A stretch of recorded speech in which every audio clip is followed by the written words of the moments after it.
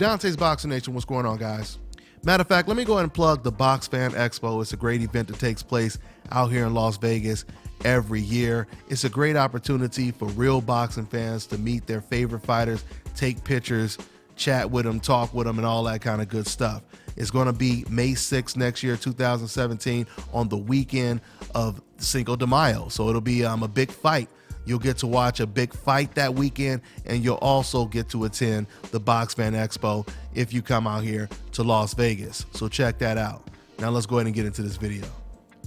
So following Vasyl Lomachenko's dominant performance, his win over Nicholas Walters last weekend, a lot of fans are still buzzing about his performance. A lot of fans are asking the question, who can compete with someone like Vasyl Lomachenko?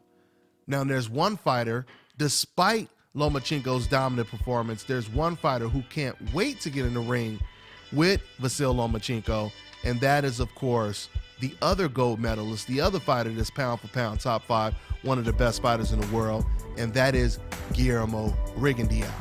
Now, Guillermo Rigondeaux, after watching Vasyl Lomachenko perform, he had a lot to say about facing Lomachenko. He also had a lot to say about the racial double standards that exist in the sport of boxing, because he touched on that too.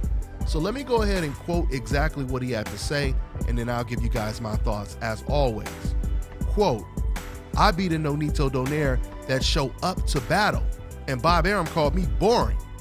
Vasyl Lomachenko beat a quitter, and he is called a matrix.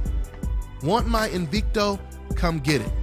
Now, when he says want my Invicto or Invecto, for those of you guys who don't understand, Rigo is basically talking about his undefeated record. He's basically saying, if you want my O, come and get it. All right, so let me go ahead and continue. Then Rigo says, who is more scared of the possible catchweight? Rigo Loma. Hashtag Rigo Loma. At Bob Arum, at 2Fred, at Vasyl Lomachenko, at HBO. You never say that about me when I beat Nonito. Actually, you never said that about Floyd Mayweather either. It is true that Vasyl Lomachenko and I are both champions, but between him and me, only one still undefeated is me. I am ready for a catchweight. I will never get that fight for one reason and one reason only. Top Rank Boxing knows I train every day with Pedro Diaz, and I don't quit. Apparently, in boxing, to be a matrix, you have to be Caucasian. Don't remember anyone calling Floyd, Ward, or even my friend Crawford a matrix. I have been in the losing end of some of my fights, but Max Kellerman is right. That doesn't mean we should quit.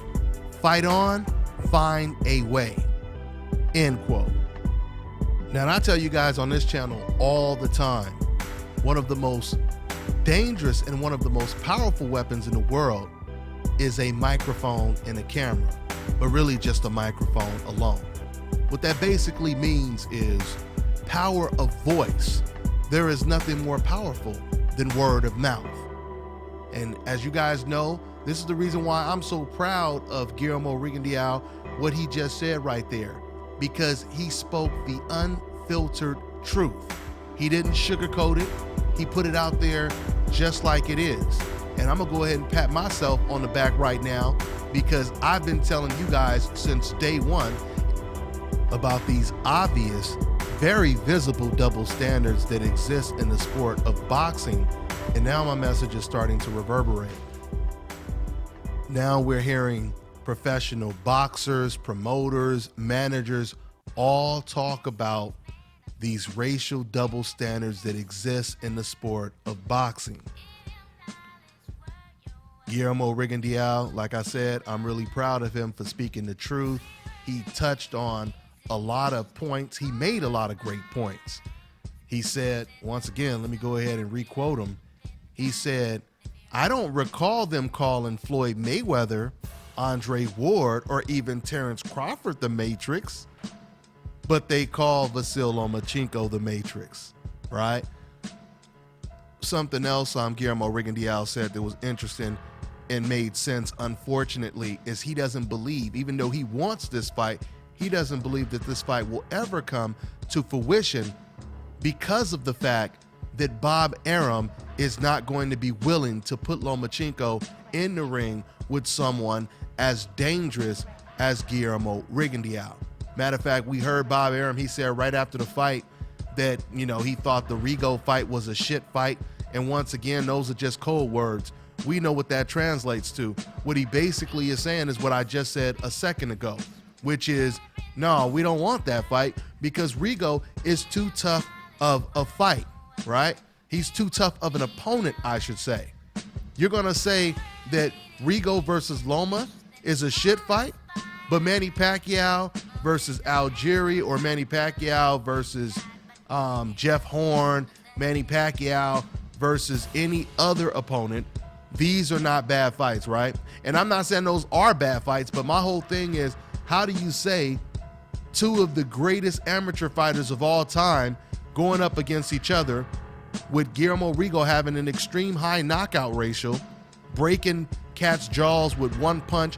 You're going to tell me that that's a shit fight?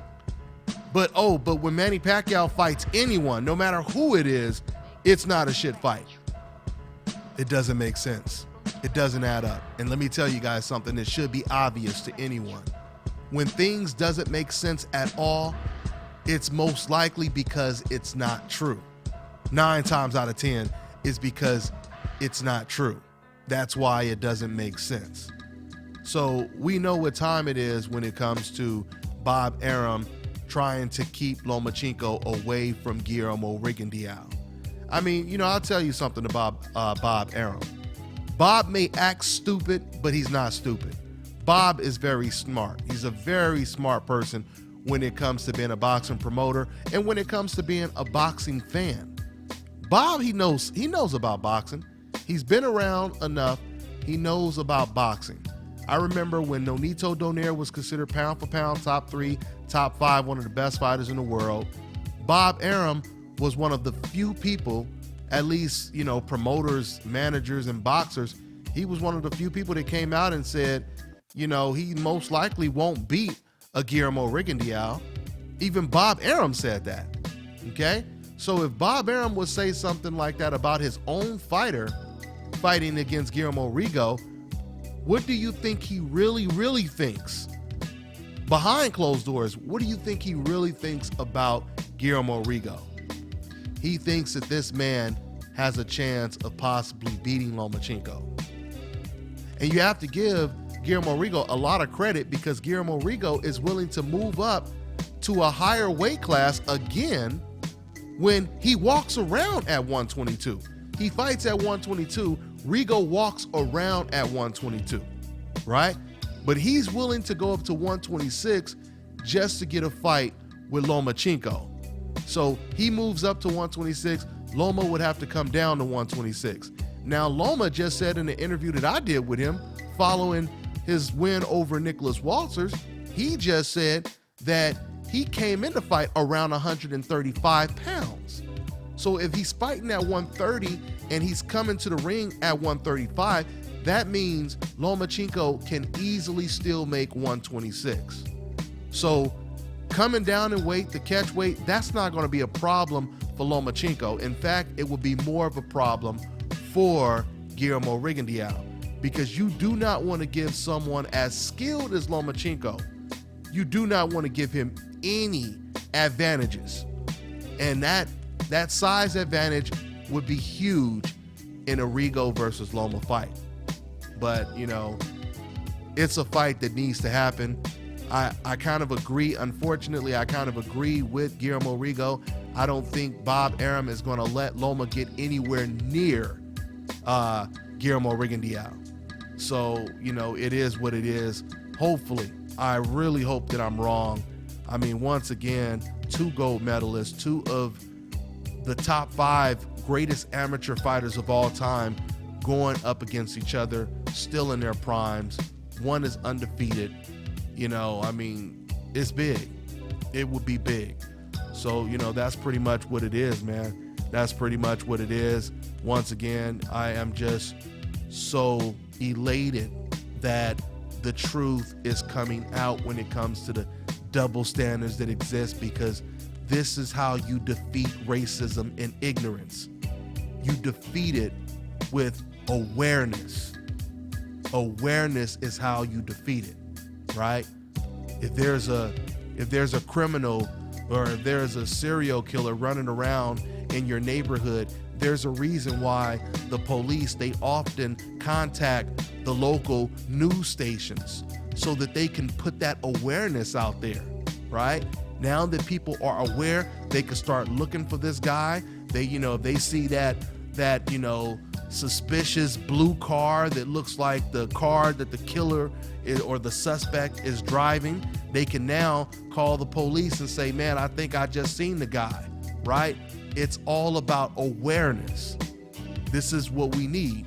And this is the reason why racist people, they often try to suppress the message. They try to shut you up because they know how powerful word of mouth is when you are speaking the truth. This is why they don't try to refute the truth. The majority of times, they don't try to come back with a counter argument to tell you that, what you say is not true. They rather just say, shut up, because they know it is true. So all they can do is shut you up, right? For example, if I went around and I start telling people that you were a child molester, you're a pedophile. If I start telling people that, what is going to be your natural reaction? Is your natural reaction going to be, hey man, shut up. Why don't you stop telling people that? Why don't you stop crying about how I'm a molester and all this kind of stuff? Are you going to react like that? If the accusations are false, you're not going to react and respond like that, right? If it's not true what the person said, the first thing you're going to do is clear your name. Because if you do react by saying that person needs to shut up and that person needs to stop crying about who's a child molester and all that kind of stuff, if you do react that way, the natural consensus is you are a child molester. You are a pedophile. I mean, that's obvious, right? So trying to tell people to shut up and suppress the message, that's just a form of guilt, is what it really comes down to. History always repeats itself. The majority of things that take place today that we see in the sport of boxing and even outside of the sport of boxing is very analogous to what we have seen in the past. History repeats itself. Just like Guillermo Rigondeaux just said right now, when the black guy is doing the same thing, they use these code words. It's boring. When a guy who's not black is doing the same thing, now it's the Matrix. Now it's swimming in the water without getting wet, as Jim Lampley and Max Kellerman said about Lomachenko in his last fight. But when a black fighter jumps in the water without getting wet, which basically means he hardly gets hit because his defense is so well.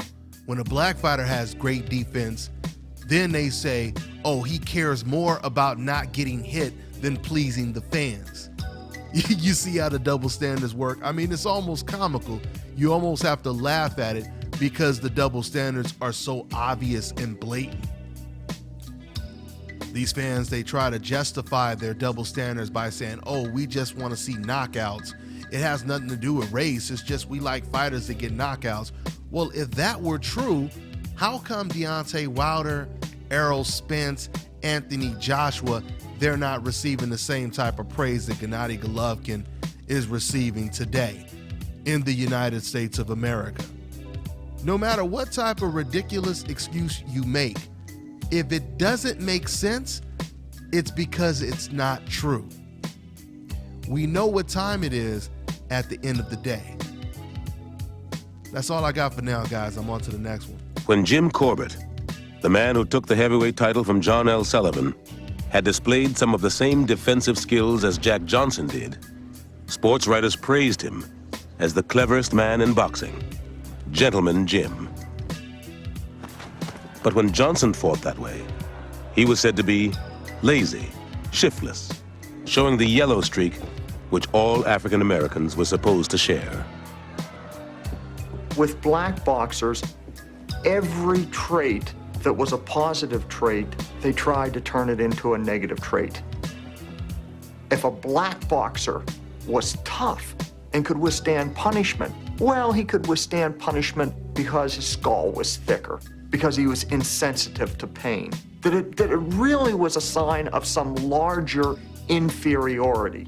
If he was a smart boxer, a wily boxer, then he was slightly deceptive. There was something untrustworthy about his activity in the ring. Hi, you're watching DONTAE'S Boxing Nation. Woo!